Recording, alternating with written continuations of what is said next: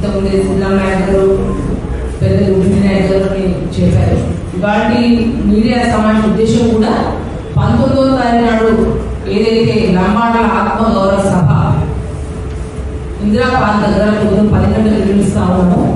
అది మా ఆత్మగౌరవం కాపాడుకోవడానికి శాంతియుతంగా తెలంగాణ రాష్ట్రంలో ఉన్న 7% దాదాపు 30 నుంచి 30 లక్షల మంది లంబాడ గిరిజన సోదరులందరికీ అధైర్యపడద్దు, శాంతియుతంగా జాతి పక్షాన మేమందరం ఉన్నాం, మనందరం ఐక్యం కావాల్సిన అవసరం చాలా ఉందని చెప్పడానికి రేపు ఇందిరా పార్క్ దగ్గర ఈ వేదిక ఏర్పాటు చేశాం. ఆ వేదిక సమక్షంలో చాలా మంది ఇక్కడ మేధావులు, విద్యార్థి నాయకులు, ఉద్యోగ సంఘాల వాళ్ళు, క్షేత్రస్థాయిలో నాయకులు చాలా మంది వచ్చి కూడా వారి యొక్క మనసున్న బాధ కావచ్చు, అందరూ కూడా లంబాడ జాతికి మనంతా ఒక్కటే, అందరం కలిసినట్టుగా ఉందని చెప్పడానికి ఆ వేదిక ఏర్పాటు చేయడం జరిగింది. ప్రత్యేకంగా ఎవరినో బ్లాక్మెయిల్ వీళ్ళు ఎవరైతే బ్లాక్మెయిల్ చేస్తూ యూనివర్సిటీ పిల్లల్ని రెచ్చగొడుతూ ప్రెస్ మీట్లు పెడుతూ మా లంబాడ జాతిలో ఉద్యోగం చేస్తున్న, ఆదిలాబాద్ ఉద్యోగం చేస్తున్న ఉద్యోగ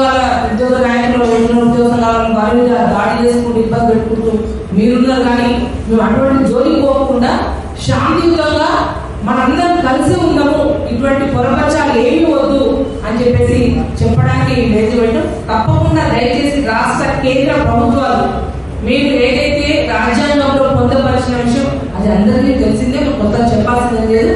కొత్తగా ప్రతి 3 నెలలకు 6 నెలలకు ఎవరు రాజకీయ లబ్ధి కొరకు దేనికో తేపతో వచ్చి లంబాడలో వలసిపోయి వచ్చినాను, లేకపోతే మా మీద కళ్ళు మంటలను ఎప్పటికప్పుడు కూడా మమ్మల్ని ఇబ్బంది పెట్టుకుంటా ఉన్నారు. ఈ సభలో